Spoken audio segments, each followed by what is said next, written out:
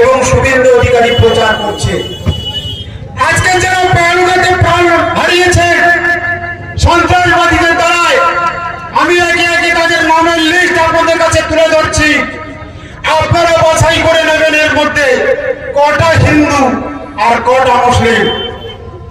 মোহাম্মদ আসিফ, বাড়ি ইউপি উত্তর প্রদেশ। আনিসুর কুশারি, বাড়ি ইউপি। ফয়সাল খান, বাড়ি দিল্লি। সালিম বেগ, বাড়ি রাজস্থান।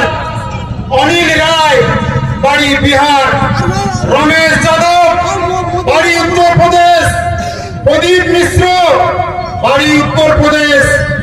আরিফ কুরেশি, বাড়ি উত্তর প্রদেশ। পারভিন ঠাকুর, বাড়ি হরিয়ানা।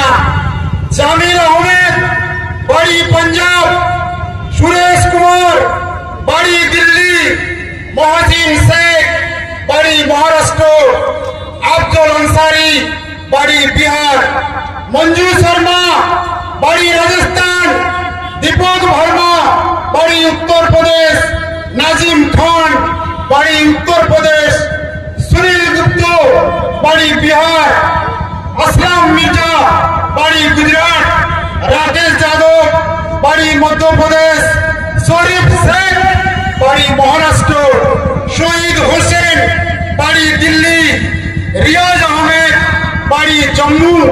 মীনাক্ষী ত্রিপাঠী, বাড়ি ইউপি। সেলিম খান, বাড়ি ইউপি। আপনারা হিসাব করে নিন এর মধ্যে কতগুলো হিন্দু আছে আর কতগুলো মুসলমান আছে। পেট খুলে যদি মারা হতো তাহলে এই 15 জন মুসলমান তারা জঙ্গিদের হাতে প্রাণ দিল কেন?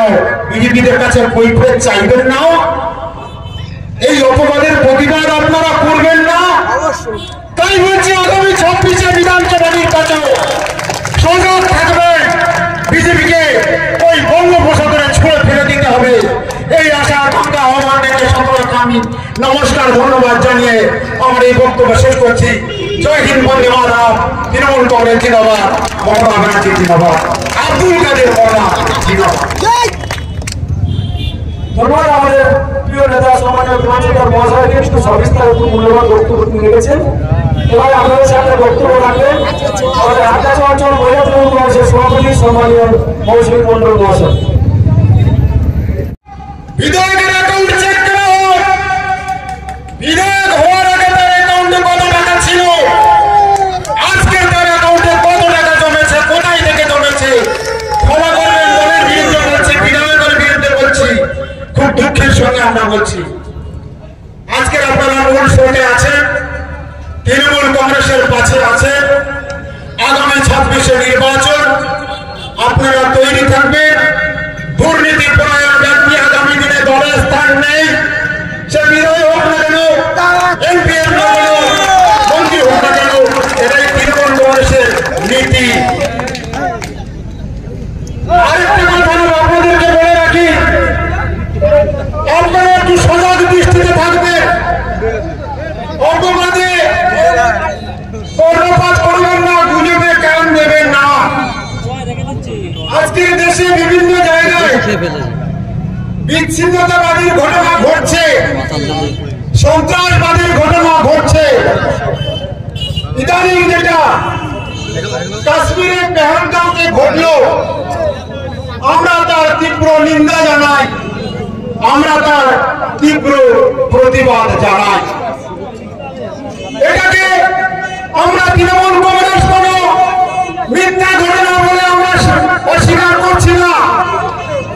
আমরা স্বীকার করছি সেখানে সন্ত্রাসবাদীদের দ্বারায় 26 জন 27 জন নিহত হয়েছে। আমরা তাদের প্রতি সমবেদনা জানাচ্ছি। কিন্তু বিজেপি, এই বিজেপি নামক সম্প্রদায়ের উস্কানি নাম দেওয়া দলটা সেই ঘটনাকে কেন্দ্র করে আজকে রাজনীতি তকমা লাগিয়ে সাধারণ মানুষের সিম্প্যাথি অর্জন করতে চাচ্ছে, যাতে 26শে মমতা ব্যানার্জিকে হিন্দু সনাতনদেরকে এক করে নিয়ে বাংলা থেকে তৃণমূল কংগ্রেস মমতা ব্যানার্জিকে তাড়িয়ে দেওয়া যায়, তার বিভিন্ন রকম চক্রান্ত করছে।